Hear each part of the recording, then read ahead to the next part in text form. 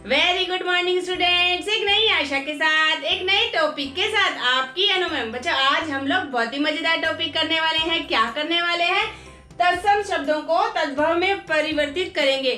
संस्कृत भाषा के ऐसे शब्द जो थोड़े से परिवर्तन के बाद में हिंदी में आते हैं उन्हें क्या कहते हैं? तद्भव। जैसे अग्र का क्या मतलब क्या होता है?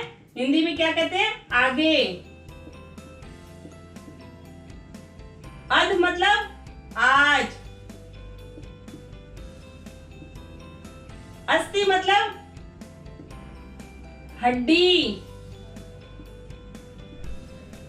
अक्षी मतलब क्या होता है? आंखें।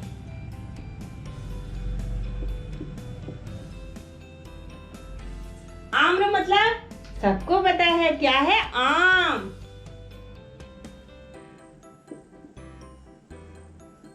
आश्रय मतलब सहारा या आसरा। उल्लूक मतलब क्या होता है? उल्लू।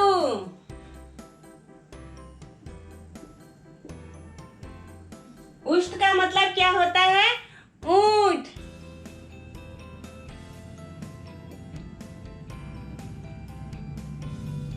अंध मतलब अंधा।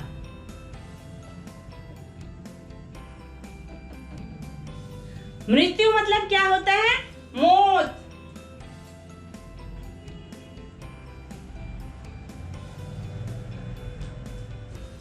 नेक्स्ट क्या है हमारा तत्सम शब्द जिसको हमें तद्भव में परिवर्तित करना है, यानी थोड़े से परिवर्तन के बाद में जो हिंदी में आते हैं उन्हें क्या कहते हैं? तत्सम शब्द। तत्सम शब्दों को हिंदी में रूपांतरित करने को क्या बोलते हैं? तद्भव। अंधकार मतलब अंधेरा।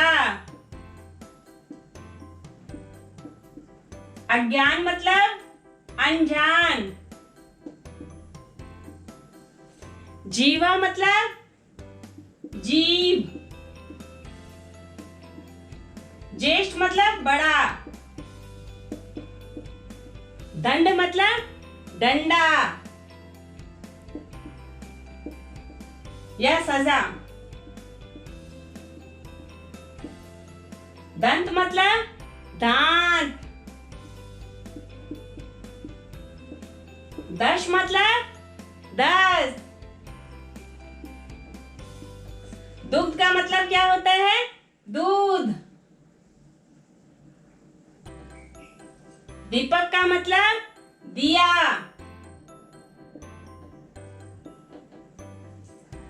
दुर्बल मतलब दुबला।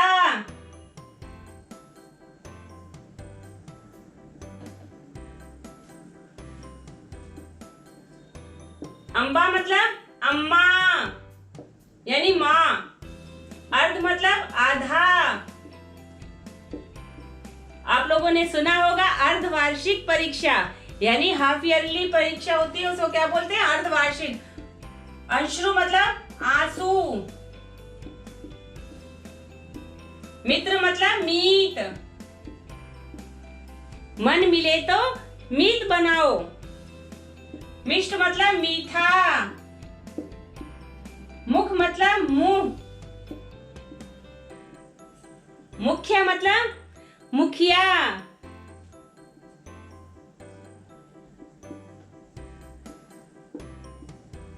मुष्टि मतलब मुट्ठी।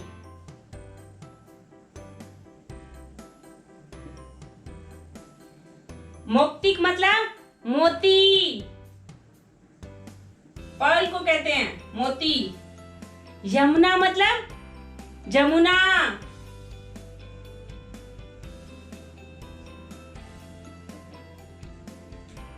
अब हम आगे लेते हैं।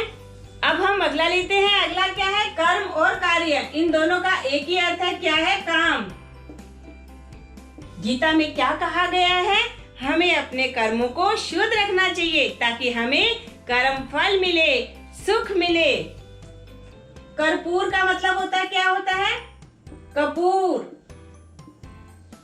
ग्राम का मतलब क्या होता है? गांव। सर्प मतलब सांप। धूम्र का मतलब तो सब बच्चों को पता है, क्योंकि ये मूवी के एड में दिखाते हैं, यानी मूवी शुरू होती है उससे पहले दिखाते हैं धूम्रपान वर्जित है। धूम्र मतलब धुआं, सिगरेट के लिए ये कहा जाता है धुआं। मयूर मतलब मोर, बादलों को देख के कौन खुश होता है सबसे ज्यादा? मोर नाचने लगता है काले बादलों को देख के। कुंभकार का मतलब क्या होता है? कुम्हार, जो मिट्टी के बर्तन बनाता है, पोटर। सप्त मतलब सात। नव मतलब नौ, हम बोलते हैं ना नवरात्रि, नौ रात्रियों का समूह, उसे क्या बोलते हैं? नवरात्रि। नव मतलब नौ, शत मतलब 100, वर्ष मतलब क्या होता है? बरस। अगला क्या है हमारा तत्सम शब्द? हस्ती। हस्ती किसे कहते हैं? हाथी को। कर्ण मतलब कान। कुंती के पुत्र का नाम भी कर्ण था। भगिनी मतलब बहन। भ्रातु मतलब भाई। वधू मतलब बहू।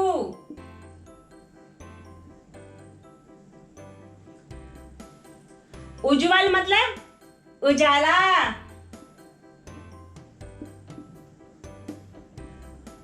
घृत मतलब घी। वार्ता मतलब क्या होता है? बात। वार्तालाप मतलब बातचीत। मस्तक मतलब क्या होता है? माथा। क्या होता है? माथा। अगला क्या है? रात्रि। रात्रि मतलब क्या होता है? रात। निंद्रा मतलब क्या होता है? नींद।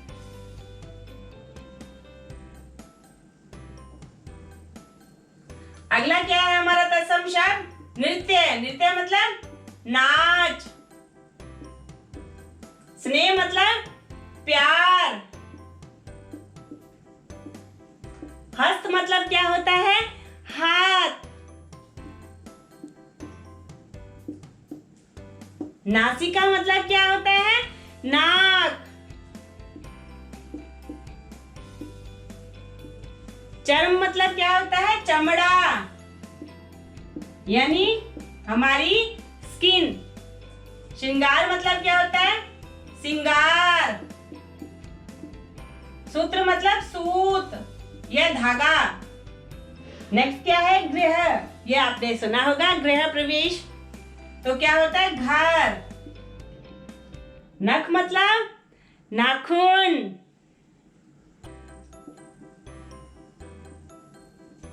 नेक्स्ट क्या है? केश। केश मतलब बाल। पितृ मतलब पिता। नव मतलब नया। उच्च मतलब बड़ा या फिर ऊंचा। मेरे पिताजी उच्च अधिकारी हैं, यानी ऊंचे पद पर हैं। अगला लेते हैं। अगला क्या है? सूर्य मतलब क्या होगा? सूरज।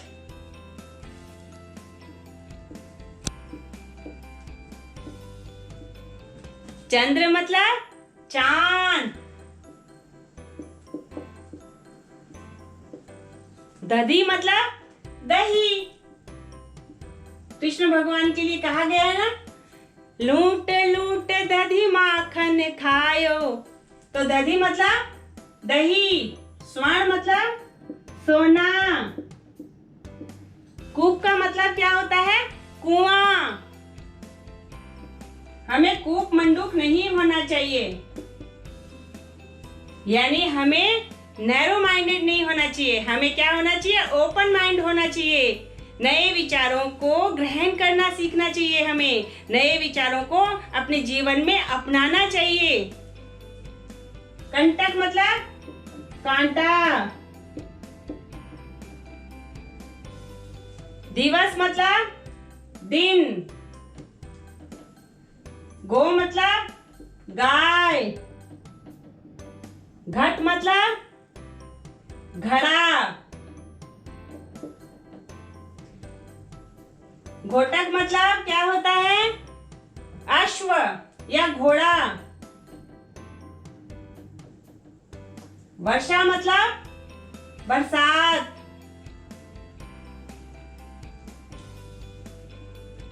परीक्षा मतलब क्या होता है, परख, एग्जाम। एग्जामिन करने को क्या कहते हैं, परीक्षा लेना। पुत्र मतलब क्या होता है, बेटा या पूत। कहा भी गया है, क्या कहा गया है, पूत कपूत तो क्यों धन सींचे, पूत सपूत तो क्यों धन अर्चे।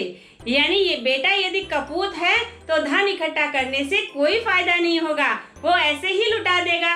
यदि बेटा सपूत है तो धन अर्जन करने की जरूरत ही नहीं है, क्योंकि वो स्वयं कमा लेगा।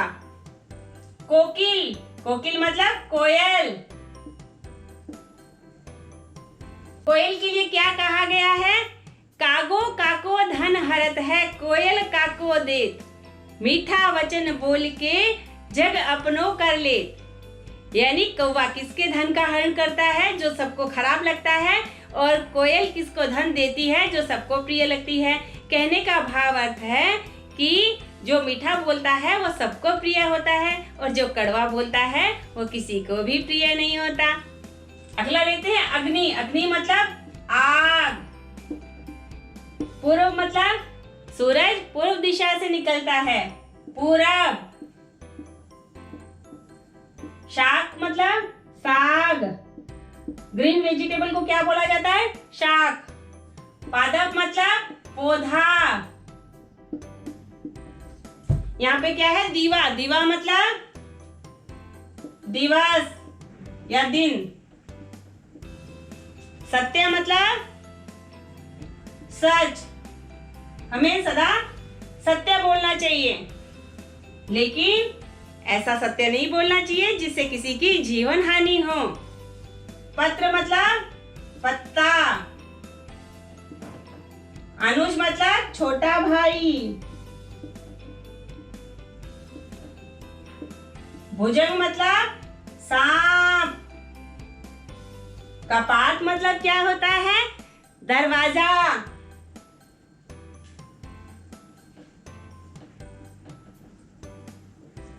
मंदिर के कपाट जल्दी ही बंद हो जाते हैं। ताम्र मतलब तांबा। कच्छप मतलब कछुआ। कछुआ धीरे धीरे चलता है, लेकिन निरंतर चलते रहने के कारण उसकी ही जीत होती है। कृषक मतलब किसान। नींब मतलब क्या होता है, नीम। नीम को क्या कहा जाता है संस्कृत में, नीम। नरम मतलब नरम। पोलाइट। श्री रामचंद्र जी नम्र स्वभाव के थे और लक्ष्मण क्रोधित स्वभाव के थे। कंदली मतलब केला। गुहा मतलब गुफा, शेर गुफा में रहता है। चंद्रिका मतलब चांदनी।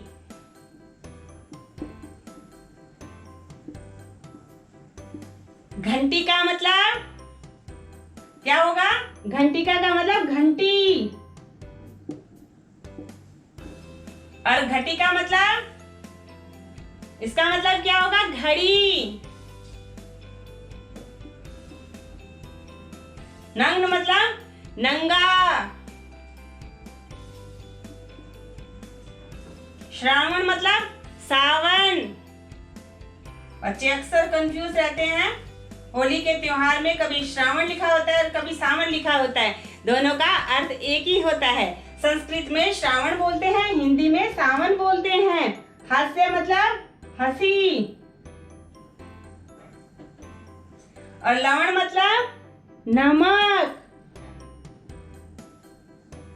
तो इस प्रकार से यदि आप इसकी प्रैक्टिस करेंगे तो आपके लिए तत्सम शब्दों को तद्भव में परिवर्तित करना हो जाएगा बाएं हाथ का खेल और आप पाएंगे परीक्षा में अधिकतम अंक। मैं हिंदी भाषा को इतना सरल और सहज बना देना चाहती हूँ ताकि बच्चों का जो हिंदी के प्रति इंटरेस्ट कम हुआ है वो बढ़े। और यदि आपको मेरा यह प्रयास अच्छा लगता है तो आप मेरे वीडियो को लाइक कीजिए, कमेंट कीजिए और शेयर जरूर कीजिए, क्योंकि हिंदी भाषा को प्रथम स्थान पे लाना हर भारतीय का पहला कर्तव्य है। हिंदी अपनाइए, मत शर्माइए। धन्यवाद।